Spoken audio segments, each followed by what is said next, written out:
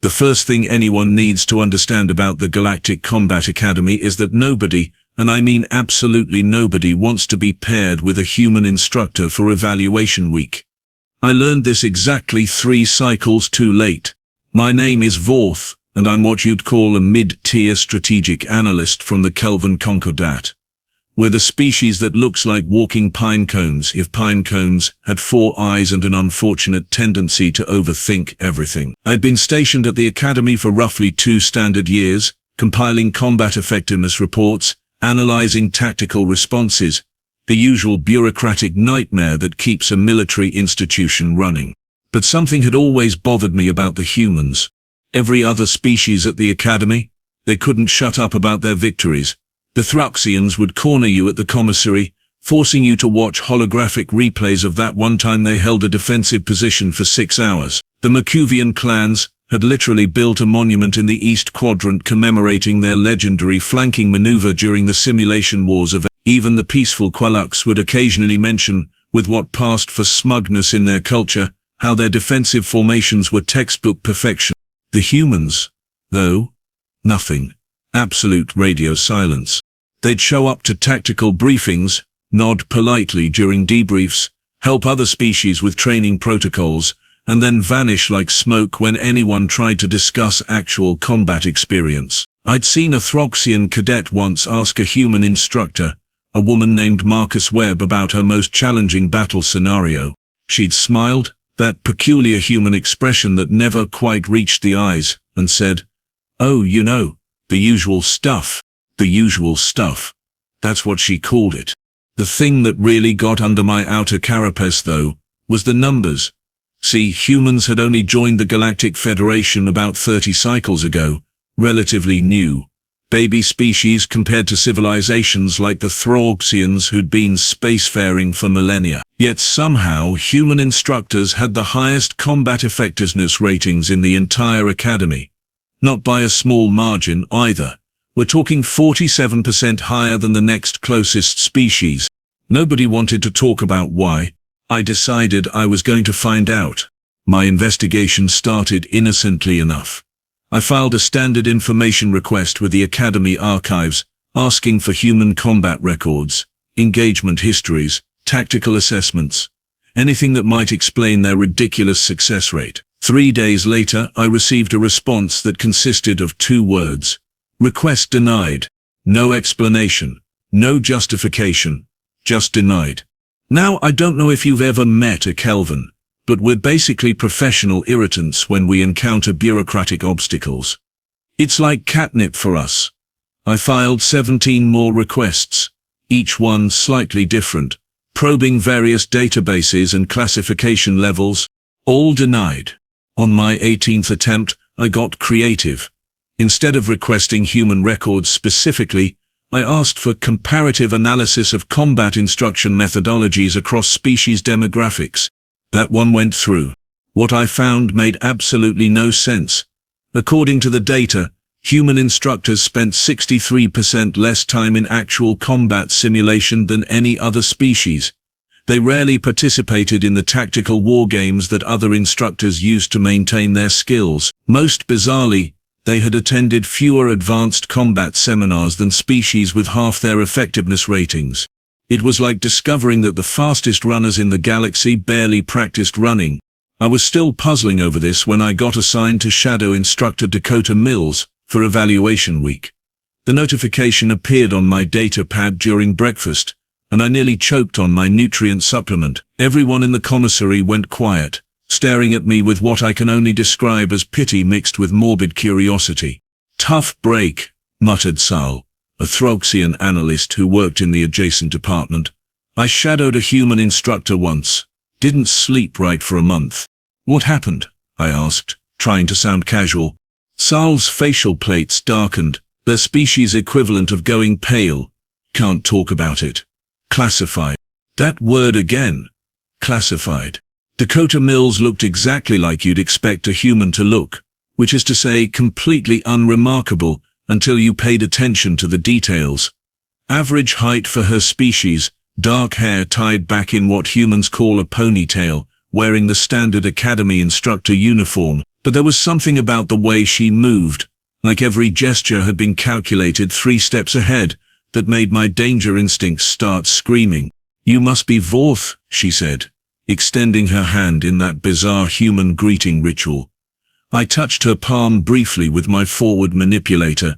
Her grip was firm. Too firm. "Heard you've been digging into some interesting research topics." My 4 eyes blinked in sequence, a Kelvin stress response I thought I'd trained myself out of. Standard analytical procedures. Nothing unusual. "Right." She smiled again. That same smile that didn't reach the eyes. "Well, this week should be educational for both of us. We're running the advanced cadets through the Epsilon scenarios." I'd heard about the Epsilon scenarios. They were the Academy's nightmare fuel, complex multi-vector combat situations, designed to push even experienced officers to their breaking point. Most instructors spent weeks preparing cadets for Epsilon training. Some species refused to run them at all, claiming they were too psychologically demanding. "When do we begin preparations?" I asked. "We started 15 minutes ago," Dakota said, already walking toward the simulation bays. "Try to keep up." The next 6 hours were, and I'm choosing my words carefully here, completely insane. Dakota didn't instruct the cadets so much as orchestrate them like some kind of tactical conductor. She'd divided the training group into 4 mixed species teams, deliberately pairing species that historically didn't work well together. Thraxians with Mercuvians, Quilox with Kelvin. Then she'd thrown them into a simulation that required constant communication and split-second coordination. It should have been a disaster. Interspecies cooperation training usually takes months of careful cultural sensitivity preparation. These cadets had about 30 seconds to figure it out before the simulation environment started trying to kill them. Except it worked. Somehow, impossibly, it worked. I watched a Thraxian cadet, naturally aggressive and territorial, defer to a Quilox team leader's defensive strategy without hesitation. I saw a Mercuvian, a species known for rigid hierarchical thinking, improvise a flanking maneuver based on a Kelvin Analyst suggestion. They moved like they'd trained together for years, not hours. "How?" I muttered, more to myself than anyone. Dakota heard me anyway. "How what? How are they adapting this quickly? The cultural barriers alone should make this impossible." She glanced at me, and for just a moment something flickered behind that controlled exterior. Maybe they're more capable than we give them credit for. Or maybe, she paused, maybe they're just scared enough to actually work together. Scared? The threat level in these simulations is moderate at best. Standard Academy parameters. Is it? Dakota pulled up her instructor interface, fingers dancing across the holographic controls. "Computer, display actual threat assessment for Epsilon Scenario 7. The hologram flickered, and new data appeared. My carapace went rigid. The simulation wasn't running at moderate threat levels. It was running at 93% lethality probability. If this had been a real combat situation, statistical analysis suggested that over 90% of the cadets should have been casualties in the first 15 minutes. Current cadet casualties? 0. You're running them through near-death scenarios without telling them. I couldn't keep the shock out of my voice. "I'm running them through realistic scenarios," Dakota corrected, her tone flat. "The universe doesn't send you a memo about threat levels before trying to kill you. Better they learn that here than out there. This violates at least 14 Academy training protocols." "Does it?" She closed the interface. "Which protocols, specifically? I'd love to see the documentation." I opened my datapad, pulling up the relevant regulations, and then stopped.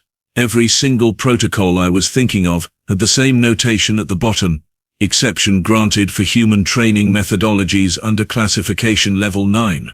Level 9. I'd never even heard of a level 9 classification before. "What aren't you telling me?" I asked quietly. Dakota looked at me for a long moment, and I had the distinct impression I was being evaluated far more thoroughly than any cadet in the simulation bay. "Tell you what," she said finally. "You seem genuinely curious. Not just academically curious, but really wanting to understand. That's rare." She checked her chronometer. "Meet me at the archive annex tonight, 2300 hours. Bring your clearance credentials. All of them. The archive annex is restricted to... I know what it's restricted to. Can you make it or not? Against every instinct screaming that this was a terrible idea, I nodded. The rest of the day passed in a blur of increasingly impossible training scenarios. Dakota pushed the cadets harder than I'd ever seen anyone pushed, but somehow she knew exactly how far she could push before something broke. She'd pull a team out of simulation seconds before their cohesion collapsed, rotate them through different tactical roles, and send them back in with new objectives. By the time evening cycle arrived, every single cadet was exhausted but alive. More than alive, they were functioning as actual teams, mixed species units that moved and thought together. It should have taken months. She'd done it in one day. I arrived at the archive annex 5 minutes early, which turned out to be 5 minutes too late. Dakota was already there, standing beside a secure door I'd never noticed before, despite passing through this corridor hundreds of times. Credentials, she said, without preamble. I handed over my datapad. She scanned it, then pressed her palm against the door's biometric reader. Something clicked, and the door slid open with a hiss that sounded like escaping atmosphere. Before we go in, Dakota said, her voice taking on a harder edge, I need you to understand something. What you're about to learn is classified at the highest possible level. Not because it's dangerous, not because it's a strategic secret, but because once you know, you can't unknow it, and it changes how you see everything else. Last chance to walk away. I thought about all the denied requests, the impossible combat ratings, the casual way she'd endangered and saved those cadets in the same breath. I'm not walking away. Didn't think so. She smiled, and this time it was genuine. Sad, somehow, but genuine. Kelvins are stubborn like that. All right. Let's show you why humans don't talk about combat. The room beyond the door was small, barely large enough for 3 people. No windows, no decorations, just a single holographic display terminal and 2 chairs that looked like they'd been designed for humans. Dakota activated the terminal, and a file directory appeared. Thousands of files, hundreds of thousands. These are the human combat records you've been trying to access, she said, scrolling through the list. Every engagement, every conflict, every battle we've been in since we achieved spaceflight. Then why? Classified? She pulled up a file at random. Let me show you. The hologram activated, displaying what looked like a standard after-action report. Location: Orbital Platform Theta 9. Date: Cycle 2847. Standard Galactic Calendar. Human forces, 12. Enemy forces, unknown. I started reading, got 3 paragraphs in, stopped. This can't be accurate, I said. The casualty figures are reversed. It says human casualties were 0 but enemy casualties were comprehensive. Dakota finished. Yes, that's accurate. 12 humans held an orbital platform against a force that had numerical superiority, and I read further. They held it for 3 weeks, without resupply. That's actually one of the easier reports. She pulled up another file. This one's from the border conflicts. 5 humans versus a Krolix raiding party. The Krolix are what? Average of 2.5 meters tall, natural armor plating, apex predators on their home world. I know what the Krolix are. I've never heard of them losing to anyone in direct combat. They lost to these 5. Want to guess the casualty ratio? I didn't want to guess. I wanted to leave, but I kept reading. File after file, battle after battle. The pattern was consistent and absolutely terrifying. Humans didn't just win fights. They survived situations that should have been mathematically impossible. They adapted to threats faster than any predictive combat model could account for. They turned defensive positions into kill zones, retreats into ambushes, and disadvantages into weapons. Why? I asked, my voice barely above a whisper. Why are you so effective? What evolutionary advantage makes this possible? Dakota's expression went carefully neutral. That's the wrong question, Vorth. The right question is, what evolutionary pressure creates this capability? She pulled up one final file. This one wasn't a combat report. It was marked Earth Historical Archive, Consolidated Conflict Timeline. I started reading, kept reading, couldn't stop reading. Humans had been fighting, not for cycles or even generations, for their entire evolutionary history. They'd fought predators, they'd fought the environment, they'd fought disease. Most horrifying of all, they'd fought each other, constantly, brutally, creatively. By the time they'd achieved spaceflight, they'd developed over 4,000 distinct military doctrines. They'd invented weapons that could sterilize planets. They'd created tactical frameworks for scenarios the Galactic Federation had never even conceived of. "We don't talk about combat," Dakota said quietly, "because we're embarrassed." Embarrassed? The word came out sharper than I'd intended. "You've mastered warfare beyond any species in the Federation, and you're embarrassed?" "We're embarrassed that we had to." She closed the files. "Every other species we've met reached the stars through cooperation, exploration, scientific curiosity. You know how humans reached the stars? We were trying to build better weapons. We wanted the high ground. The ultimate high ground turned out to be orbit." She stood up, and suddenly the small room felt even smaller. "So when other species ask us about combat, about tactics, about how we achieve these results, we don't answer, because the truth is classified, not by military order, not by some strategic protocol, by mutual agreement among humans. We decided that the galaxy doesn't need to know that the species who helped them build better ships and design prettier space stations is also the species that spent 10,000 years perfecting the art of killing each other." "But you're telling me," I said. "I'm telling you because you asked the right questions. And because—" She looked at me directly, all four of my eyes meeting her too. "Because someone needs to understand. The Academy's combat effectiveness isn't because we're better warriors. It's because we know what warfare actually looks like when survival is the only option. And we're trying, really trying, to make sure the rest of the galaxy never has to learn that lesson the way we did." The silence that followed felt heavy enough to generate its own gravity field.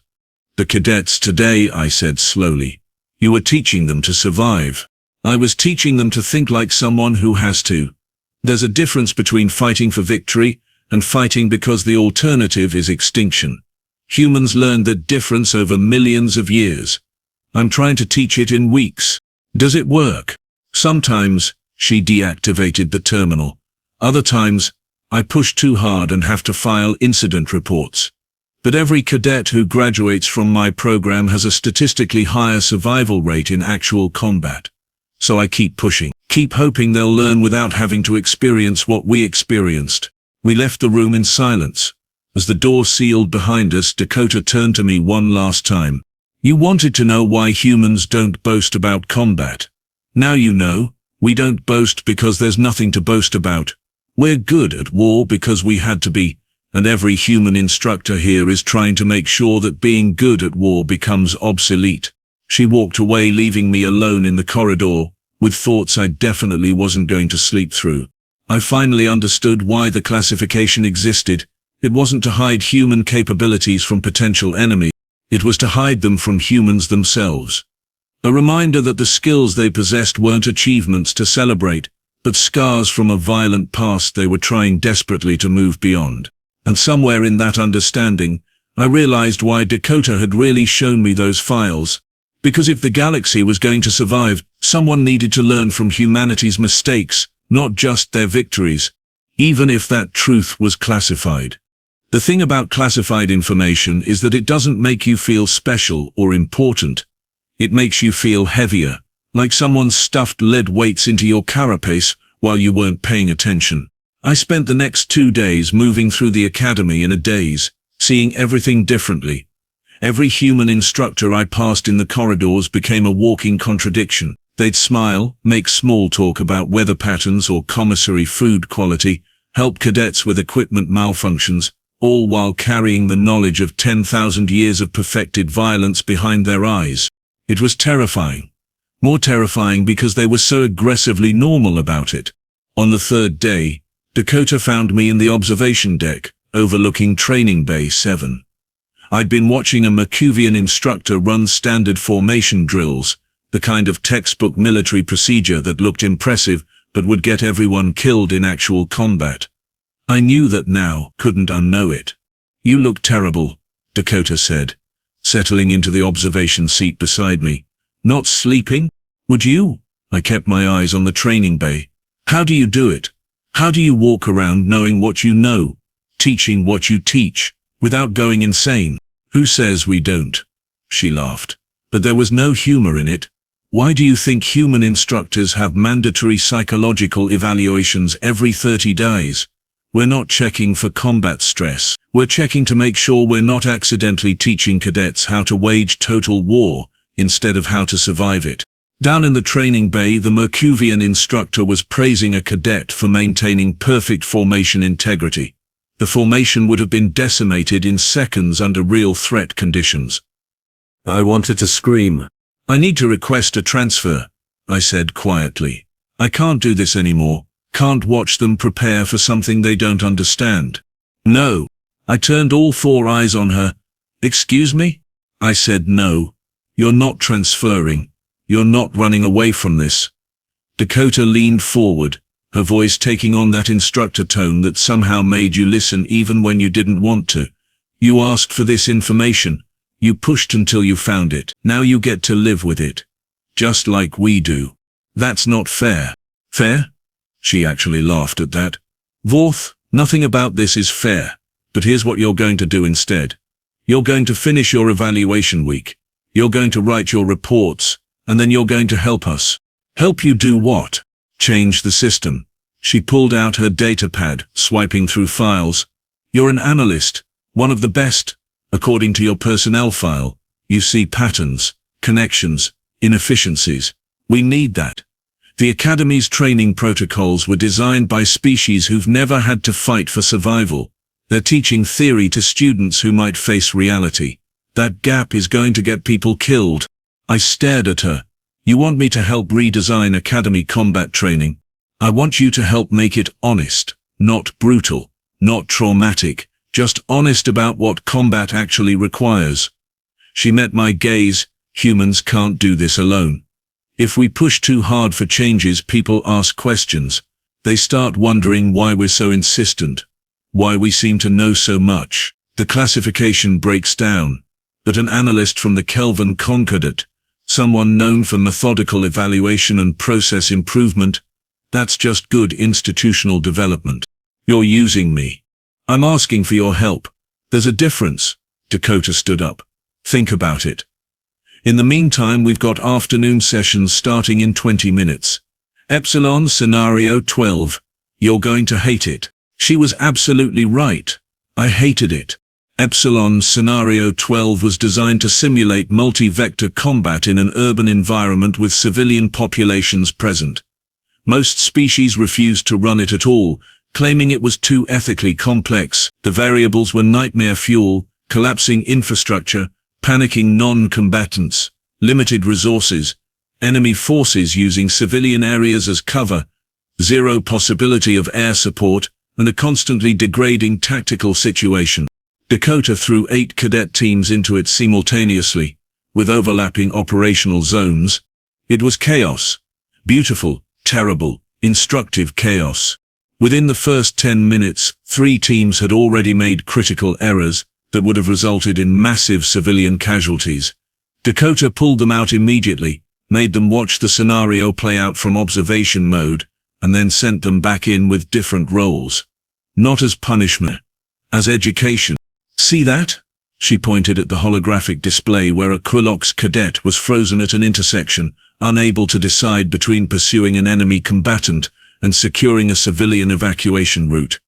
That's the moment. That's when you learn what kind of soldier you are. Theory doesn't prepare you for that choice. Only experience does. And we can't give them real experience without getting them killed, so we give them this instead. The Quilox cadet made a choice. Secured the civilians. Let the combatant escape. The enemy used that extra time to establish a defensive position that pinned down 2 other teams. I expected Dakota to intervene. She didn't. "You're letting them fail," I said. "I'm letting them learn. Watch." 45 minutes into the scenario, something remarkable happened. The team started coordinating without being told to. A Throxian team that had been pinned down by that defensive position shared their tactical data with a Kelvin unit 3 blocks away. The Kelvin unit analyzed the enemy position, identified a structural weakness in the building they were using for cover, and transmitted that information to a Mercuvian team with heavy weapons capability. They brought the building down, eliminated the threat, opened the route for civilian evacuation. It was textbook combined arms coordination, except nobody had taught them that particular textbook. They'd invented it on the spot, under pressure, because they had to. That, Dakota said quietly, is what I'm trying to create. Not soldiers who follow doctrine. Soldiers who understand why doctrine exists, and know when to abandon it. The scenario ran for another 2 hours. By the end, every single team had failed multiple objectives, made terrible choices, and gotten simulated people killed. They stumbled out of the simulation bays looking shell-shocked. Dakota gathered them in the briefing room.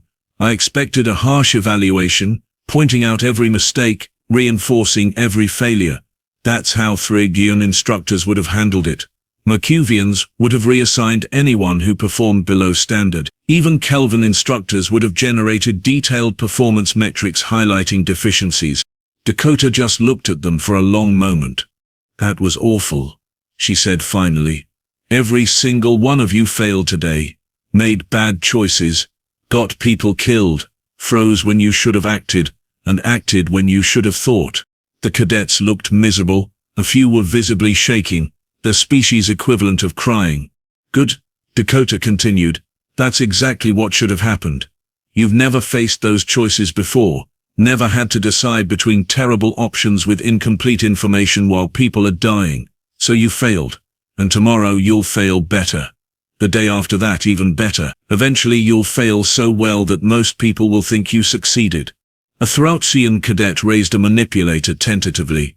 Instructor Mills, how many scenarios does it take before we stop failing? All of them. Dakota's expression softened slightly. You never stop failing, you just get better at recognizing the failure before it becomes catastrophic. I've been doing this for 15 years and I still fail scenarios. The difference is I fail them in simulation instead of reality. That's the goal. Fail here. Survive there. She dismissed them, and they left looking thoughtful rather than defeated. It was masterful psychology, turning failure into motivation instead of despair. 15 years, I said once we were alone. How long have you actually been in combat? Personally, never. Dakota started shutting down the simulation systems. I've never fired a weapon outside training environments. Never been in actual military conflict. But the records were from other humans. Soldiers, Marines, pilots, every variation of warrior we've produced over millennia. I studied those records. Trained under instructors who trained under instructors who actually fought. The knowledge transfers, even if the experience doesn't. That's even more disturbing, I said. You're this effective and you've never actually been in combat? Why is that disturbing? Would you prefer I had killed people before teaching others how to? She looked at me curiously. The goal isn't to create experienced killers. It's to create people who can survive without becoming killers. That's the part everyone misses. Combat isn't about destroying the enemy. It's about ending the threat while preserving yourself and whoever you're protecting. Sometimes those things overlap. Usually they don't. My datapad chimed. Priority message from the Academy Administrator's office. I opened it, read it twice, then showed it to Dakota. They want a preliminary evaluation report by morning, I said. On your training methods. There have been complaints. Let me guess. Throxian instructors claiming I'm too harsh? Or Mercuvian administrators worried about protocol violations? Both. Plus a Quilux pedagogy specialist who thinks your methods cause unnecessary psychological stress. They do cause psychological stress. That's the point. Dakota didn't seem concerned. What are you going to write? That was the question, wasn't it? I could write what the Academy wanted to hear, that human training methods were unnecessarily aggressive, violated established protocols, and should be modified to align with standard procedures. It would be safe. Easy, completely dishonest. Or I could write what I'd learned, that every other species in the academy was teaching cadets how to pass tests while humans were teaching them how to stay alive. I don't know, I admitted. Yes, you do. Dakota headed for the door, then paused. You know exactly what you're going to write. The question is whether you're brave enough to write it. See you tomorrow, Vorth. Oh, and you might want to reference Regulation 774 in your report, subsection 12. It's enlightening. After she left, I looked up Regulation 774, subsection 12. It took me 3 hours to find because it was buried in an appendix to an appendix, cross-referenced under a heading that seemed completely unrelated. The regulation specified that any training methodology proven to increase cadet survival rates by more than 15% could be implemented regardless of traditional protocol compliance, provided it met basic ethical standards and had appropriate oversight. Human training methods increased survival rates by 47%. Dakota had been operating entirely within regulations the whole time. The complaints weren't about violations. They were about being shown up by methods that worked better than traditional approaches. I spent the rest of the night writing my report, then I deleted it and wrote another one, then deleted that and started over. By dawn I had something that was either going to change everything or end my career, possibly both. The executive summary was 3 sentences long. Instructor Mill's methods produce measurably superior results across all evaluation metrics. Current complaints stem from cultural discomfort with human training philosophy, rather than legitimate protocol violations. Recommend expanding human-developed training methodologies to additional programs with appropriate species-specific modifications. I submitted it at 0600 and waited for the inevitable summons. It came 2 hours later. The Academy Administrator's office was exactly as intimidating as you'd expect. All polished surfaces and achievement displays designed to remind you that you were talking to someone important. Administrator Kex was a Throxian, third-generation Academy leadership, with facial plates arranged in what passed for a permanent scowl among his species. Analyst Vorth, he said without preamble. Your report is problematic, sir. You're recommending we restructure Academy training protocols based on 1 week of observation? He projected my report into the holographic space between us. That's either brilliantly insightful or catastrophically premature. I'm trying to determine which. With respect, sir, the recommendation is based on statistical analysis, not personal observation. Human instructors have demonstrably superior outcomes. I can read data. Analyst. Kex's. Plates shifted, the Throxian equivalent of a dismissive gesture. What I want to know is why. You had access to Instructor Mills for an entire week. You're Kelvin, which means you asked approximately 7,000 questions. So tell me, why are humans so effective at combat instruction? This was the moment. I could deflect, cite the official explanations, keep the classification intact. Or I could tell the truth and watch what happened. They're effective, I said slowly, because they understand something the rest of us don't. Combat isn't a skill set. It's a survival response refined over evolutionary timeframes. Humans didn't develop military doctrine, they evolved it. Every tactic they teach, every methodology they employ, has been tested across thousands of generations in environments where failure meant extinction. Kex was quiet for a long moment. You're saying they're naturally violent? No, sir. I'm saying they're naturally adaptive. Violence was just one of many survival pressures they faced. But unlike most species, they faced it constantly, intensely and creatively. By the time they reached the stars, they'd already solved tactical problems we're still struggling with. And you learned this in 1 week? I learned this in 1 evening, sir. The rest of the week was understanding the implications. Another long silence. Then Kex did something unexpected. He laughed. It was a grinding sound, like rocks in a tumbler, but definitely laughed. You know what the most frustrating thing about humans is, he said. They keep being right about things they shouldn't understand. Agriculture optimization? They revolutionized it. Medical trauma response? Completely redesigned our protocols. Structural engineering? Half the Academy's new buildings use human-developed principles. Now combat training.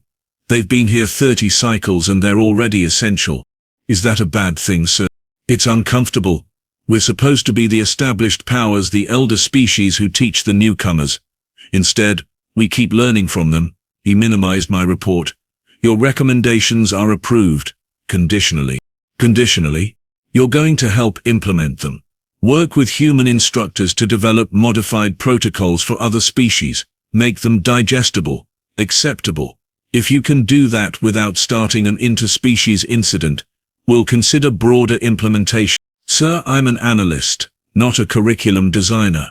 You're whatever I need you to be, Analyst Vorth. Consider this a career development opportunity. He waved a manipulator in dismissal. You start immediately. Instructor Mills is waiting for you in conference room 3. She seems to think you'd be helpful. Try not to disappoint her. I found Dakota in conference room 3 with 3 other human instructors I'd never met. One was a tall man named Marcus Webb, no relation to the other Webb I'd heard about, who specialized in small unit tactics. Another was a woman called Rivers, who handled strategic planning. The third was an older man, hair gone silver, who introduced himself simply as Blake. Welcome to the conspiracy, Blake said with a grin. Dakota says you're our new institutional infiltrator. I'm your what? He means you're helping us change things from inside the system, Rivers clarified. We've been trying to update Academy protocols for years. But every time we push, people push back. They see humans advocating for changes and assume we're trying to militarize the Federation. But a Kelvin analyst recommending modifications based on statistical evidence? That's just good governance. You planned this. I looked at Dakota. The entire evaluation week, showing me the files. All of it. I provided opportunities for you to reach your own conclusions, she said diplomatically. What you did with those opportunities was entirely your choice. That's manipulative. Yes, Blake agreed cheerfully. Welcome to military thinking. Everything's manipulative when survival is the objective. The question is whether the manipulation serves a good purpose. Marcus pulled up a holographic display showing Academy training metrics going back 50 cycles. Here's what we're dealing with. Standard protocols produce adequate soldiers for peacetime operations. But look at actual combat survivability rates when cadets face real threats. He highlighted a section. 73% casualty rates in first engagement scenarios. That's not war. That's slaughter. Now look at cadets trained under human methodologies. Rivers overlaid new data. 41% casualty rates. Still terrible, but it means more people go home, more families stay intact, more potential for peace. Because fewer people die learning how to avoid dying. We're not trying to create better warriors, Dakota added. We're trying to create fewer casualties. The Academy doesn't see the difference. You do. That's why you're here. I sat down heavily, my carapace making unhappy creaking sounds. What exactly do you want me to do? Tell the truth, Blake said simply, in language other species will accept. You've seen our methods. You understand the reasoning. Help us translate that into protocols that won't trigger every cultural alarm in the Federation. And if I can't, if the other species reject it anyway, then, at least we tried. Dakota pulled up a file I recognized, one of the combat reports from the archive annex. Every human instructor here volunteered for this position, knowing we'd probably fail. We've been trying to share what we learned so others won't have to learn it the hard way. Most days it feels impossible. But then someone like you asks the right questions, and we think maybe, possibly, there's a chance. I looked at the 4 of them, trained in violence, desperate for peace, carrying knowledge they wished they'd never needed, trying to protect species who didn't understand what they were being protected from. All right, I said. I'll help, but I have conditions. Name them, Rivers said. First, no more manipulation. If you want my help, you tell me things directly. Second, we do this carefully. I won't support changes that traumatize cadets from species with different psychological frameworks. Third, I paused, making sure I had their attention. Third, you teach me everything. If I'm going to translate your methods, I need to understand them completely, not just the tactics. The philosophy, the why behind every decision. The 4 humans exchanged glances, Having one of those silent conversations species who've worked together for years can manage without words. Deal, Dakota said finally. But fair warning, understanding completely means you'll carry what we carry. The weight doesn't get lighter. You sure you want that? I thought about the cadets I'd watched fail and learn and grow stronger through failure. I thought about the casualty statistics, those cold numbers representing lives that could be saved. I thought about the classified files and the evolutionary pressure that had shaped humanity's understanding of survival. I'm sure, I said. When do we start? Blake grinned, pulling up a training schedule that looked absolutely brutal. Right now. Hope you didn't have plans for the next 6 months. I didn't. And by the time those 6 months ended, I'd become something I never expected, an expert in human combat philosophy, a translator between species, and possibly the galaxy's least likely military reformer. But that's a different story. This one ends where it began, with a question. When the instructors asked why humans don't boast about combat, I finally understood the answer. It wasn't classified to hide capabilities or protect secrets. It was classified to protect humanity itself, to keep them from being defined by their most effective skill set, rather than their most hopeful aspirations. They didn't boast because they were ashamed. No, they didn't boast because they were trying to be better than their history suggested they had to be. And somehow, impossibly, they were succeeding. One cautious lesson at a time, one converted analyst at a time, one saved life at a time. The answer was classified. But the real lesson? That was free for anyone willing to learn it. I learned it, and I've been teaching it ever since, in my own way, helping translate human wisdom into Federation practice. Because someone has to make sure that 47% difference keeps growing, someone has to help turn humanity's painful past into everyone's survivable future. Apparently that someone is a mid-tier Kelvin analyst who asked too many questions. Funny how things work out.